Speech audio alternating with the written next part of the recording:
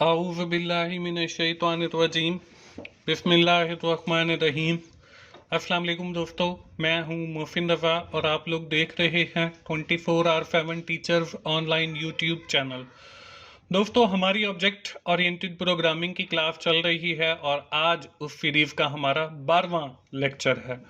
दोस्तों आज की क्लास शुरू करने से पहले हम एक बार देख लेते हैं कि हमने पिछली क्लास के अंदर क्या पढ़ा था। दोस्तों, हमने पिछली क्लास के अंदर बात की थी ऑब्जेक्ट ओरिएंटेड मॉडल की और डिफरेंट हमने जो 7 स्टेप्स हैं वो देखे थे और फिर ये देखा था कि कैसे किसी भी केस से जो है उनको हम कैसे आइडेंटिफाई करते हैं और उससे जो है हम अपना मॉडल बनाते हैं before writing the code of that software या आपका प्रोग्राम।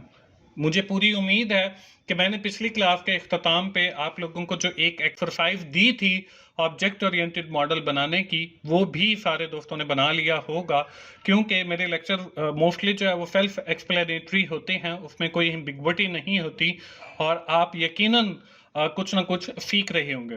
इससे पहले मेरा जो एक कोर्स था वो C++ का था। जिन दोस्तों ने जो है वो बेसिक्स नहीं किए हुए वो मेरे इसी चैनल के ऊपर CF201 इंट्रोडक्शन टू प्रोग्रामिंग के मेरे लेक्चर अवेलेबल हैं। आप जो है वो पहले बेसिक्स सीखें और फिर ये ऊप का जो सब्जेक्ट है इसको करें तो इंशाल्लाह आपको ज्यादा सीखने का मौका मिलेगा, क्योंकि उसके अंदर मैंने लाइव जो है वो आपको कोडिंग सिखाई है। लेकिन इस कोर्स के अंदर मेरा ज्यादा फोकस जो है वो कंसेप्ट बिल्डिंग के ऊपर है, लाइव कोडिंग के ऊपर नहीं होगा। तो इंशाल्लाह अगर आपने वो बेसिक्स सीखने हैं तो आप उस कोर्स को जरूर देखें और कोशिश करें कि आप जितने भी लेक्चर्स हैं वो यूट्यूब के ऊपर देखें ताकि मुझे भी उससे कोई फायदा हासिल हो और इसी तरह मैं आप लोगों के लिए लेक्चर रिकॉर्ड करता रहूं। दोस्तों, यहां तक तो थी हमारी पिछली क्लास। आज की क्लास में भी हम ऑब्जेक्ट ओरिएंटेड प्रोग्रामिंग का जो बहुत अहम कॉन्सेप्ट है वो शुरू करने जा रही हैं, जिसको हम क्लासेस या ऑब्जेक्ट या कहते हैं। दोस्तों, बेसिकली हमारी जो ऑब्जेक्ट ओरिएंटेड प्रोग्रामिंग है इसको क्लास ओरिएंटेड लैंग्वेज भी कहा जाता है, क्योंकि इसके अंदर सारा काम जो है वो क्लासेस के थ्रू हम करते हैं। तो आज की क्लास में हम देखेंगे कि कैसे हम किसी क्लास को डिफाइन करते हैं, उसके जो कंपोनेंट्स हैं वो क्या होते हैं, इसमें जो एक्सेस स्पेसिफायर है जिसमें पब्लिक है, प्राइवेट है, प्रोटेक्टेड है, वो क्या होता है। हमारे पास जो डिफरेंट ऑपरेटर्स अवेलेबल है, स्कोप रेजोल्यूशन ऑपरेटर है, डॉट ऑपरेटर है, एरो ऑपरेटर है, ये देखेंगे कि ये ऑपरेटर्स कहाँ पे यूज किए जाते हैं और किस मकसद के लिए यूज किए जाते हैं।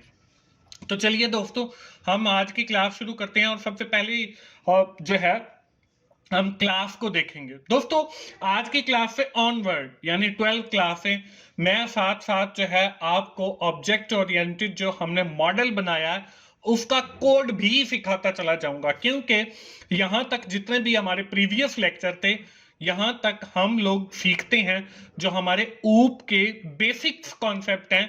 ये पहले भी आपने अगर मेरा इंट्रोडक्शन टू प्रोग्रामिंग वाला कोर्स किया तो ये सारी चीजें आपकी पहले पढ़ी हुई हैं। अगर आपने वो कोर्स नहीं पढ़ा तो वो भी आप जरूर देखें। यहां तक हमने बेसिक्स को सीखा और आगे इंशाल्लाह अब हम कोड की जानिब बढ़ेंगे।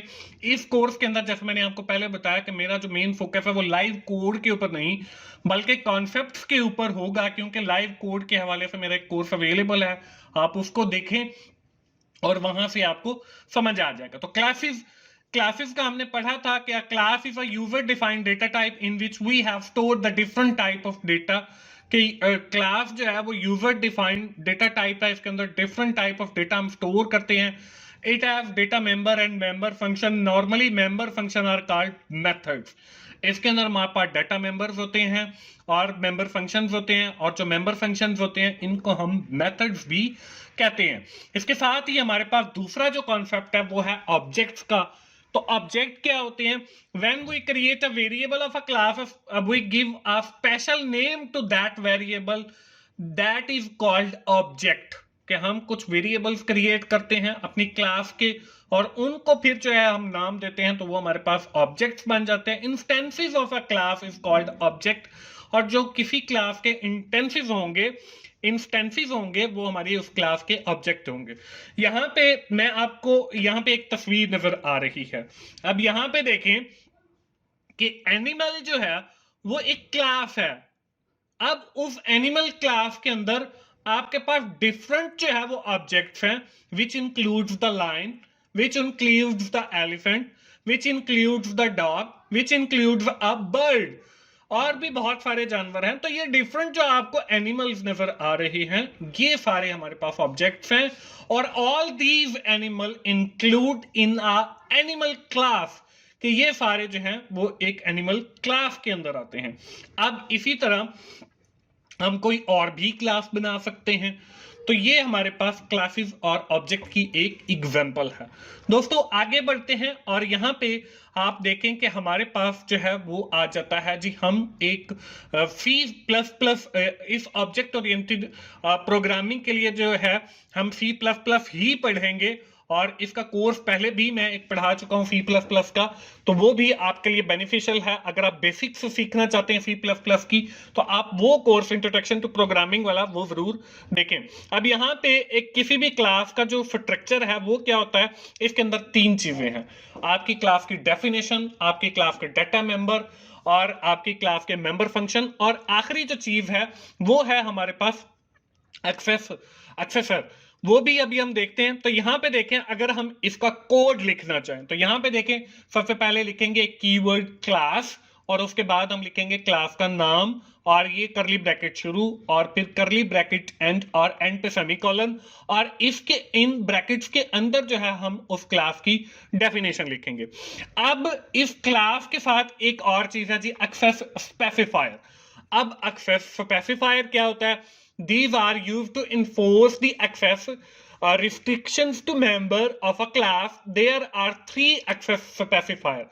अब हमारी जो क्लास के ऑब्जेक्ट हैं, आपने एनिमल क्लास को माइंड में रखें, और यहां पे अब एनिमल क्लास के जो ऑब्जेक्ट हैं, लाइन है, डक है या डिफकैट है, उनको एक्सेस करने के लिए हमारे पास कुछ स्पेसिफायर हैं। वो तीन किस्म के हैं, एक पब्लिक है, एक प्राइवेट है, एक प्रोटेक्टेड है। अब इन तीनों जो एक्सेस स्पेसिफायर हैं, इनका फर्क क्या है? Public is used to tell that member can be accessed whenever you access to the object, कि आप जो पब्लिक के अंदर चीजें हैं वो आप किसी भी टाइम पे, whenever you have access to that object, आप उसके जो मेंबर हैं किसी भी टाइम पे उनको एक्सेस कर सकते हैं। उसके बाद है प्राइवेट। अब प्राइवेट क्या है? Private is used to tell that member can only access from a member function, कि इनको जो है मेंबर फंक्शन के थ्रू जो है वो एक्सेस किया जा सकता है। अब आगे है प्रोटेक्टेड। अब protected to be discuss when we cover the inheritance concept. जब हम इनहेरिटेंस को पढ़ेंगे तो वहां पे हम प्रोटेक्टेड की बात करेंगे। फॉर द टाइम बिंग आप इतना याद रखें, एक पब्लिक पार्ट है, एक प्राइवेट पार्ट है। अब जो पब्लिक पार्ट है, अगर हम उसी एनिमल क्लास को माइंड में रखें, तो यहाँ पे हर जो एनिमल है वो उसकी एक फजीक है जो हमें नजर आ रही है, उसके दो कान हैं वो हमें नजर आते हैं, उसकी लेग्स हैं वो भी हमें नजर आती हैं। These are all part of public section.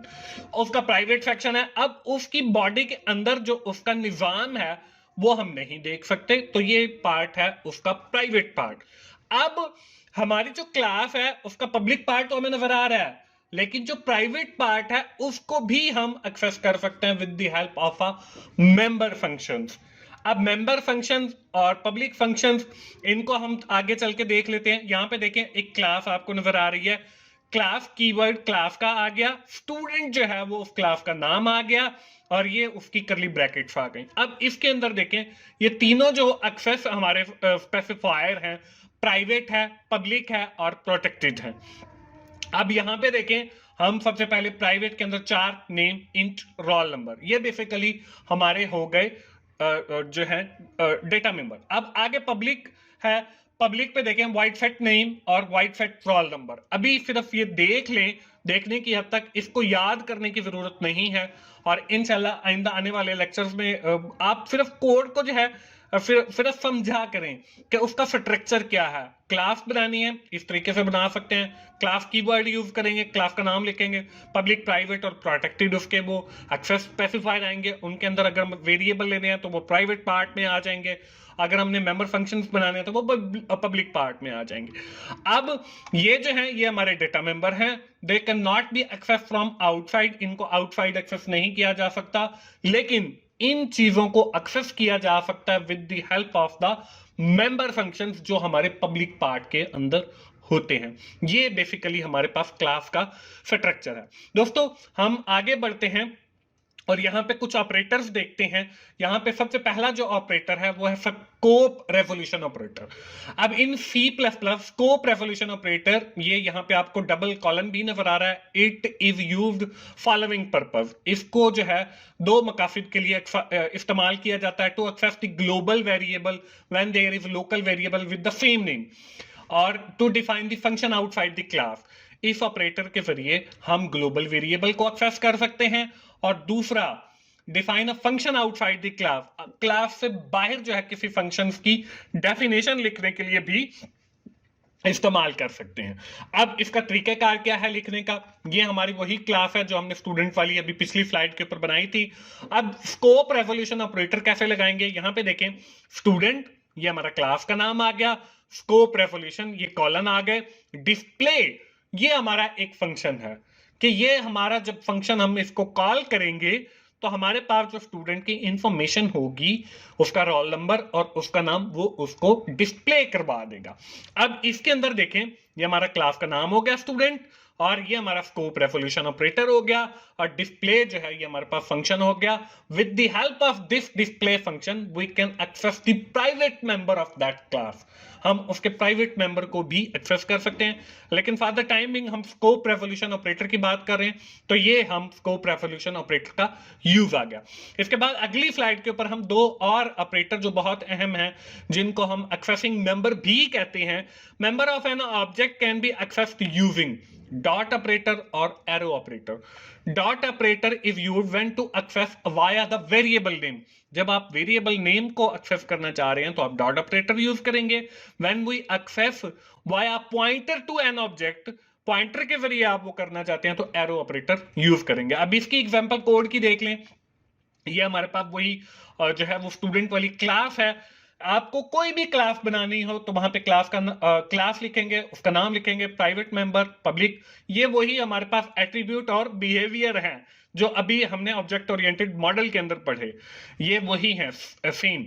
तो इस तरीके से आप क्लास बनाएंगे। अब हमारी बारी आती है डॉट ऑपरेटर को यूज करने की और एरो की। तो सबसे पहले डॉट को देख लें, यहां पे देखें स्टूडेंट, स्टूडेंट जो है वो क्लास का नाम है। अब स्टूडेंट ये हमारे पास एक ऑब्जेक्ट बन गया, यहाँ पे देखिए डिक्लेयरिंग ऑब्जेक्ट भी लिखा हुआ, ये कमेंट है बेसिकली। अब देखिए आ स्टूडेंट ये हमारा ऑब्जेक्ट है, dot roll number is equal to 5। अब स्टूडेंट जो है उसका जो रोल नंबर है वो 5 है।